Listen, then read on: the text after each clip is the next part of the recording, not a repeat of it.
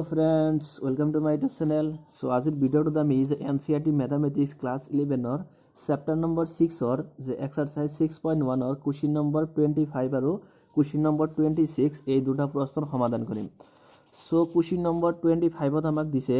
যে এটা ত্ৰিভুজৰ দীৰ্ঘতম বাহুটো হ্ৰস্বতম বাহুটোৰ 3 গুণ, তৃতীয় বাহুটো দীৰ্ঘতম বাহুটোতকৈ 2 সেন্টিমিটাৰ ছুটি। যদি ত্ৰিভুজটোৰ পৰিসীমা অন্ততঃ 61 সেন্টিমিটাৰ হয় তেনেহলে হ্ৰস্বতম বাহুটোৰ সৰ্বনিম্ন দৈৰ্ঘ্য উলিওৱা। তাৰ মানে আমাক কি কৈছে যে আমাক কৈছে যে এটা ত্ৰিভুজৰ যিটো দীৰ্ঘতম বাহু আছে সেই দীৰ্ঘতম বাহুটো হ্ৰস্বতম বাহুটোতকৈ 3 গুণ। হ্ৰস্বতম বাহুটোৰ দৈৰ্ঘ্য তাৰ মানে যিমান হ'ব এই দীৰ্ঘতম বাহুটোৰ দৈৰ্ঘ্য সেই হ্ৰস্বতম বাহুটোতকৈ 3 গুণ হ'ব। ওকে, তাৰ পিছত কি কৈছে আমাক যে তৃতীয় বাহুটো দীৰ্ঘতম বাহুটোতকৈ 2 সেন্টিমিটাৰ ছুটি। যিটো তৃতীয় বাহু আছে ত্ৰিভুজটোৰ যিটো তৃতীয় নম্বৰ বাহু আছে সেই বাহুটো তাৰ মানে এই দীৰ্ঘতম বাহুটোৰ যিটো দৈৰ্ঘ্য আছে সেই দৈৰ্ঘ্যতকৈ 2 সেন্টিমিটাৰ ছুটি। আৰু কৈছে আমাক যদি ত্ৰিভুজটোৰ পৰিসীমা অন্ততঃ 61 সেন্টিমিটাৰ হয়, তাৰ মানে যদি ত্ৰিভুজটোৰ পৰিসীমা অন্ততঃ অৰ্থাৎ মিনিমাম যদি 61 সেন্টিমিটাৰ হয় তেনেহলে হ্ৰস্বতম বাহুটোৰ সৰ্বনিম্ন দৈৰ্ঘ্য লোৱা। তেন্তে আমাক কি কৈছে হ্ৰস্বতম বাহুটোৰ সৰ্বনিম্ন দৈৰ্ঘ্যটো আমাক উলিয়াব লাগে। সো আমি যেহেতু নাজানো যে ত্ৰিভুজটোৰ যে হ্ৰস্বতম বাহুটোৰ সৰ্বনিম্ন দৈৰ্ঘ্য কিমান হ'ব, সো এটা আমি ধৰি লম যে ধৰা হল যে ত্ৰিভুজটোৰ হ্ৰস্বতম বাহুটোৰ সৰ্বনিম্ন দৈৰ্ঘ্য ইকুৱেল টু x সেন্টিমিটাৰ। এইটো আমাক উলিয়াব লাগে। সো উলিওৱা দৈৰ্ঘ্যটো আমি x বুলি ধৰিম। সো আমি এনেদৰে লিখিম কুৱেশ্যন নম্বৰ 25 এনেদৰে লিখিম যে লেট যে ধৰা হল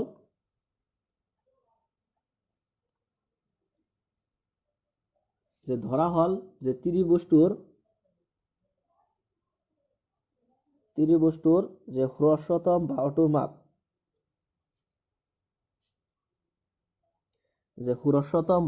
মাপ ইকুৱেল টু x সেন্টিমিটাৰ।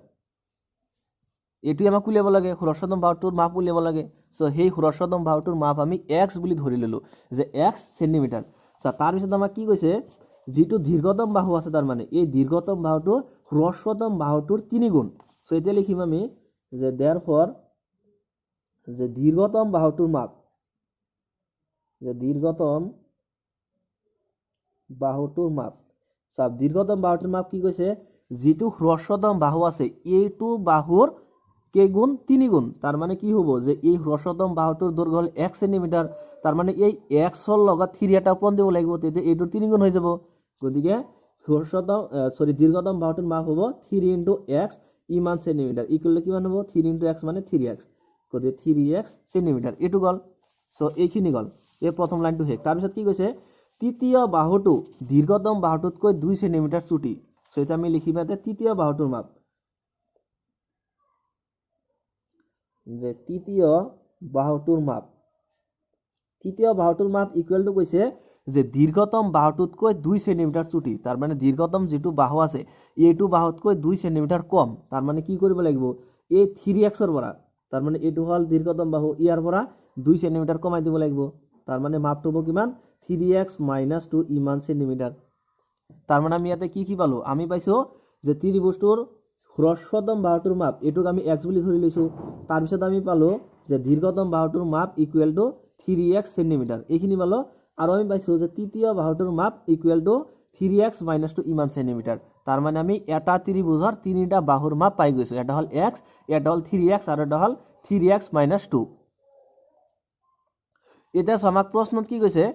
আমাক প্ৰশ্নত কৈছে যে যদি ত্ৰিভুজটোৰ পৰিসীমা অন্ততঃ 61 সেন্টিমিটাৰ হয়, এতিয়া কৈছে ত্ৰিভুজটোৰ পৰিসীমা যদি 61 সেন্টিমিটাৰ হয় তেনেহলে হ্ৰস্বতম বাহুটোৰ সৰ্বনিম্ন দৈৰ্ঘ্য লোৱা। এতিয়া তোমালোকে জানা ত্ৰিভুজৰ পৰিসীমাৰ সূত্ৰটো, ত্ৰিভুজ এটাৰ পৰিসীমাৰ সূত্ৰ কি তাৰ মানে তিনিটা বাহুৰ মাপ। আমি যদি তিনিটা বাহুক প্লাস কৰি দিওঁ তেন্তে কি আহি যায় ত্ৰিভুজৰ পৰিসীমা আহি যায়। ধৰা ইয়াতে ললো যে ABC এটা ত্ৰিভুজ, তেন্তে এইটো ত্ৰিভুজৰ পৰিসীমা ইকুৱেল টু হ'ব AB, এইটো হ'ব প্লাস BC প্লাস CA। তাৰ মানে আমি যদি এই তিনিটা বাহুৰ মাপ প্লাস কৰি দিওঁ তেন্তে আমি ত্ৰিভুজটোৰ কি পাওঁ পৰিসীমা পাওঁ। এতিয়া চোৱা আমি ত্ৰিভুজটোৰ তো তিনিটা বাহুৰ মাপ পাইছো, এটা হল x, এটা পাইছো 3x আৰু এটা পাইছো 3x - 2। তেন্তে এই ত্ৰিভুজটোৰ তাৰ মানে পৰিসীমাটো কি হ'ব তাৰ মানে এই তিনিটা বাহু যোগ কৰি দিব লাগিব। সো কেনেকুৱা হ'ব যে x + 3x প্লাস হ'ব 3x - 2 এটা কি কৈছে আমাক এই তিনিটা মানে এই ত্ৰিভুজটোৰ পৰিসীমা যেটো আছে সেই পৰিসীমাটো অন্তত হৈছে 61 সেমি তাৰ মানে মিনিমাম তো 61 সেমি হ'বই লাগিব এটা ইয়াতকৈ বেছি হ'ব পাৰে নো প্ৰবলেম গতিকে আমি ইয়াতে এনেকুৱা চিহ্ন দিম যে গ্ৰেটাৰ দ্যান অৰ ইকুৱেল 61 সেমি তাৰ মানে 61 সেমিৰ ইকুৱেল হ'ব পাৰে নাইবা ইয়াতকৈ ডাঙৰ হ'ব পাৰে ত্ৰিভুজটোৰ পৰিসীমা গতিকে প্ৰশ্নমতে এটা আমি লিখিম যে প্ৰশ্নমতে সো প্ৰশ্নমতে কি হ'ব যে এই তিনিটা বাহু প্লাস কৰি দিব লাগিব যে x + 3x প্লাস হ'ব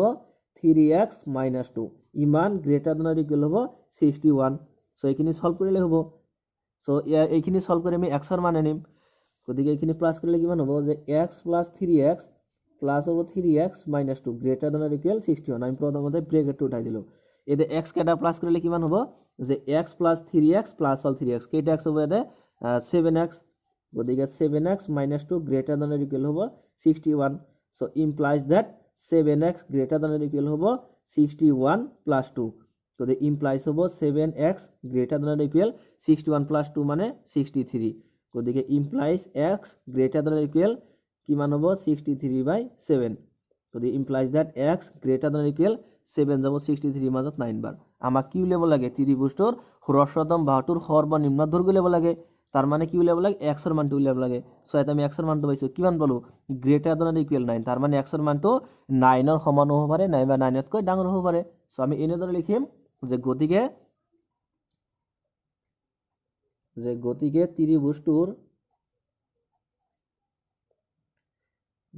ত্ৰিভুজটোৰ যে হ্ৰস্বতম বাহুটোৰ মাপ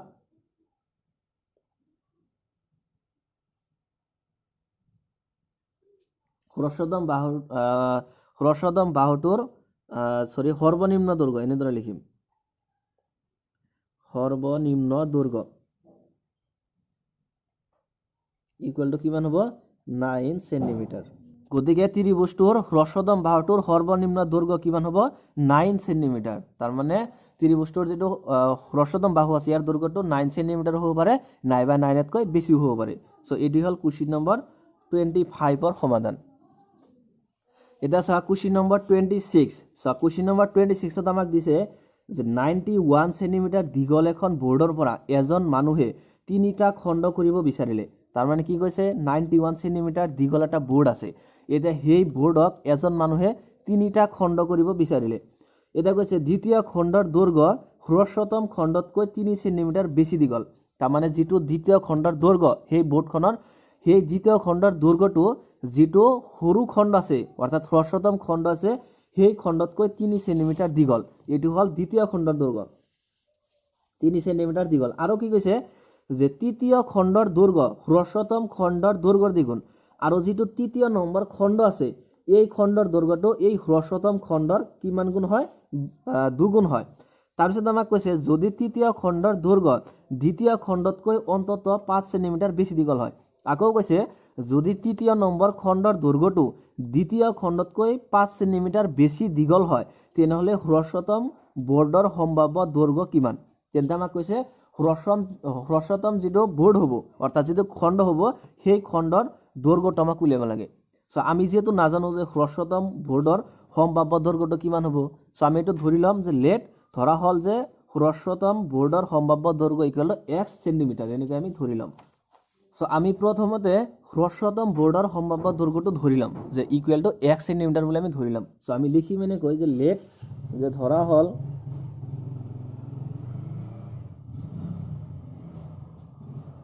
যে হ্ৰস্বতম খণ্ডৰ দৈৰ্ঘ্য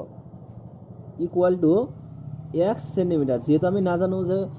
বোৰ্ডখনৰ হ্ৰস্বতম খণ্ডৰ দৈৰ্ঘ্যটো কিমান হ'ব সেই কাৰণে আমি ধৰি ললো যে ধৰা হল হ্ৰস্বতম খণ্ডৰ দৈৰ্ঘ্য হল x সেন্টিমিটাৰ এটা আমাক প্ৰশ্নত কি দি আছে আমাক কৈছে যে দ্বিতীয় খণ্ডৰ দৈৰ্ঘ্য হ্ৰস্বতম খণ্ডতকৈ 3 সেন্টিমিটাৰ বেছি দীঘল সো আমি লিখিম যে দ্বিতীয় খণ্ডৰ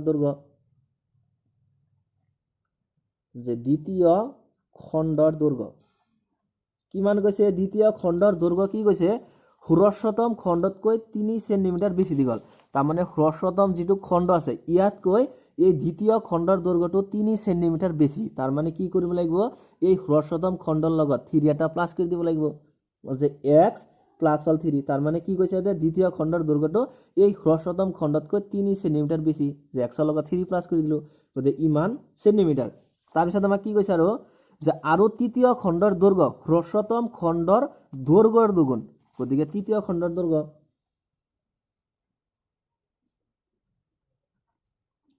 গতিকে তৃতীয় খণ্ডৰ দৈৰ্ঘ্য কি কৈছে যে তৃতীয় খণ্ডৰ দৈৰ্ঘ্য হ্ৰস্বতম খণ্ডৰ দৈৰ্ঘ্যৰ দুগুণ সো হ্ৰস্বতম খণ্ডৰ দৈৰ্ঘ্য কিমান ধৰিছো 2x ধৰিছো গতিকে ইয়াৰ হল 2 গুণ তাৰ মানে কি কৰিব লাগিব এই x ৰ লগত 2 পূৰণ কৰি দিব লাগিব যে 2 * x ইমান সেন্টিমিটাৰ ইকুৱেল কিমান হ'ব 2x সেন্টিমিটাৰ তাৰ মানে বোৰ্ডখনৰ হ্ৰস্বতম খণ্ডৰ দৈৰ্ঘ্য ধৰিছো 1 সেন্টিমিটাৰ দ্বিতীয় খণ্ডৰ দৈৰ্ঘ্য ধৰিছো x + 3 সেন্টিমিটাৰ আৰু তৃতীয় খণ্ডৰ দৈৰ্ঘ্য ধৰিছো 2x সেন্টিমিটাৰ এতিয়া আমি এই প্ৰথম লাইনটো দেখিম কি কৈছে 91 সেন্টিমিটাৰ দীঘল এখন বোৰ্ডৰ পৰা এজন মানুহে তিনিটা খণ্ড কৰিব বিচাৰিলে গতিকে চোৱা মানুহজনে এই তিনিটা খণ্ড কৰিছে এটা খণ্ডৰ দৈৰ্ঘ্য হল x এটা হল x + 3 আৰু এটা হল 2x সেন্টিমিটাৰ সো আমি এনেদৰে লিখিম যে প্ৰথম শৰ্ত মতে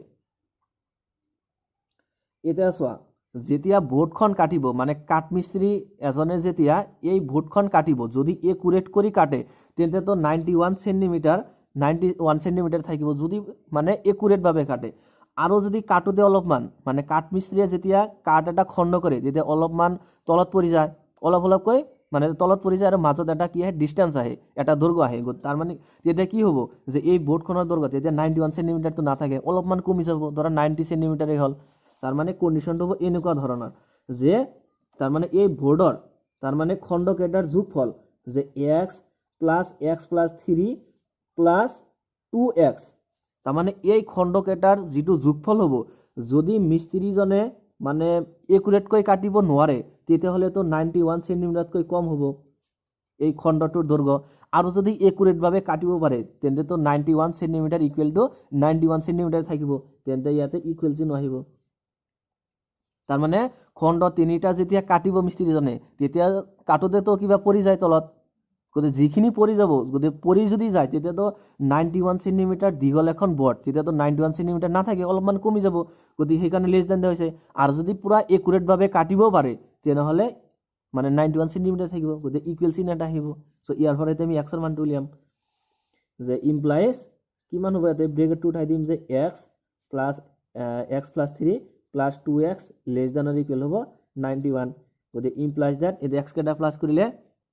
x plus x 2x plus 2x kiman hobo 4x goti 4x plus 3 less than or equal 91 goti implies that 4x mane hobo kiman less than or equal 91 minus 3 tar mane 4x less than or equal hobo 91 or pora 3 gole 88 goti ge x er man kiman hobo je x less than equal to 88 divided by 4 গতিকে x less than equal to হ'ব কিমান 22 গতিকে এইটো এটা পালো আমি যে x ৰ মান কিমান হ'ব লাগিব 22 তকৈ সৰু হ'ব লাগিব নাইবা সমান হ'ব লাগিব সো ইয়াৰ নাম্বাৰ দিলো 1 সো আৰু আছে প্ৰশ্ন আৰু দিছে আমাক যদি তৃতীয় খণ্ডৰ দৈৰ্ঘ্য দ্বিতীয় খণ্ডতকৈ অন্তত 5 সেন্টিমিটাৰ বেছি দীঘল হয় তেনেহলে হ্ৰস্বতম বৰ্ডৰ সম্ভাৱ্য দৈৰ্ঘ্যটো আমাক উলিয়াব লাগে সো এতিয়া লিখিম আমি দ্বিতীয় শৰ্ত মতে দ্বিতীয় শৰ্ত মতে কি কৈছে তৃতীয় খণ্ডৰ দৈৰ্ঘ্য সো ইয়াত আমি এনেকৈ লিখিম যে তৃতীয় খণ্ডৰ দৈৰ্ঘ্য কি কৈছে তৃতীয় খণ্ডৰ দৈৰ্ঘ্যটো কি হ'ব লাগিব তাৰ মানে দ্বিতীয় খণ্ডতকৈ অন্তত 5 সেন্টিমিটাৰ বেছি দীঘল হয় অন্তত কৈছে ন তাৰ মানে তৃতীয় খণ্ডৰ দৈৰ্ঘ্যটো দ্বিতীয় খণ্ডতকৈ বেছি হ'ব লাগিব হেতু কৈছে দ্বিতীয় খণ্ডতকৈ অন্তত 5 সেন্টিমিটাৰ বেছি দীঘল তাৰ মানে কি হ'ব লাগিব বেছি হ'ব লাগিব এতিয়া ইকুৱেলো আহিব পাৰে অন্তত কৈছে যেহেতু গতি ইকুৱেল আহিব পাৰে কি কৈছে দ্বিতীয় খণ্ডতকৈ 5 সেন্টিমিটাৰ বেছি দীঘল গতিকে তৃতীয় খণ্ডৰ দৈৰ্ঘ্যটো কি হ'ব লাগিব দ্বিতীয় খণ্ডতকৈ 5 সেন্টিমিটাৰ বেছি দীঘল হ'ব লাগিব এটা চোৱা দ্বিতীয় খণ্ডৰ দৈৰ্ঘ্য কিমান x + 3 এটো হল দ্বিতীয় খণ্ডৰ দৈৰ্ঘ্য ইয়াতকৈ 5 সেন্টিমিটাৰ বেছি দীঘল তাৰ মানে কি কৰিব লাগিব x + 3 ইয়াৰ লগত 5 এটা প্লাস কৰি দিব লাগিব গতিকে 5 এটা প্লাস কৰি দিলো তাৰ মানে ইয়াতে কি বুজাইছে যে তৃতীয় খণ্ডৰ যেটো দৈৰ্ঘ্য আছে সেই দৈৰ্ঘ্যটো তাৰ মানে দ্বিতীয় খণ্ডতকৈ 5 সেন্টিমিটাৰ বেছি দীঘল গতিকে গ্ৰেটাৰ দেনৰ ইকুৱেল আহিব যেহেতু ইয়াতে অন্তত আছে অন্তত থাকিলে তেতিয়া গ্ৰেটাৰ দেনৰ ইকুৱেল আহিব গতিকে ইমপ্লাইজ দ্যাট তৃতীয় খণ্ডৰ দৈৰ্ঘ্য কিমান তৃতীয় খণ্ডৰ দৈৰ্ঘ্য হল 2x সেন্টিমিটাৰ গতিকে 2x গ্ৰেটাৰ দেনৰ ইকুৱেল হ'ব x plus 3 plus হ'ব 5 গতিকে implies that 2x greater than or equal x plus 3 plus 5 মানে কিমান 8 গতিকে implies that 2x minus x greater than or equal হ'ব 8 গতিকে 2x ৰ পৰা x থাকিব greater than or equal 8 তাৰ মানে x ৰ মানটো কি হৈছে ইয়াতে greater than or equal 8 তাৰ মানে x ৰ মানটো 8 হ'ব পাৰে নাইবা ইয়াতকৈ ডাঙৰ হ'ব পাৰে আমাক কি ল'ব লাগে কি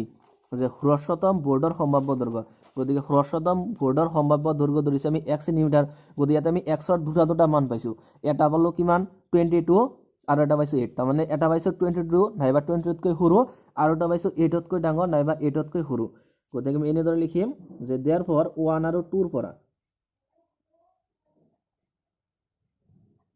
যে 1 আৰু 2 ৰ পৰা যে 1 আৰু 2 ৰ পৰা কি পাম আমি x টো মাজত দিলো এটা x less than equal to হল 22 আৰু greater than or equal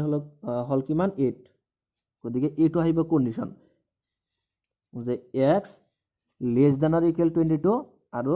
যে greater than or equal 8 গতিকে x ৰ আমি দুটা মান পাইছো সো আমি সমাধানটো এনেদৰে লিখিম যে গতিকে সম্ভাব্য দৈৰ্ঘ্য যে therefore যে সম্ভাব্য দৈৰ্ঘ্য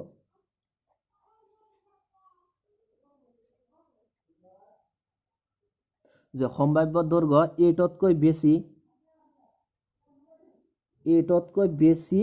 বা সমান যে 8 তকৈ বেছি বা সমান যে কিন্তু 22 তকৈ সৰু বা সমান এটো উলিয়াব লাগে আমাক কি উলিয়াব লাগে x ৰ মানটো উলিয়াব লাগে গতিকে x ৰ মানটো কিমান পালো আমি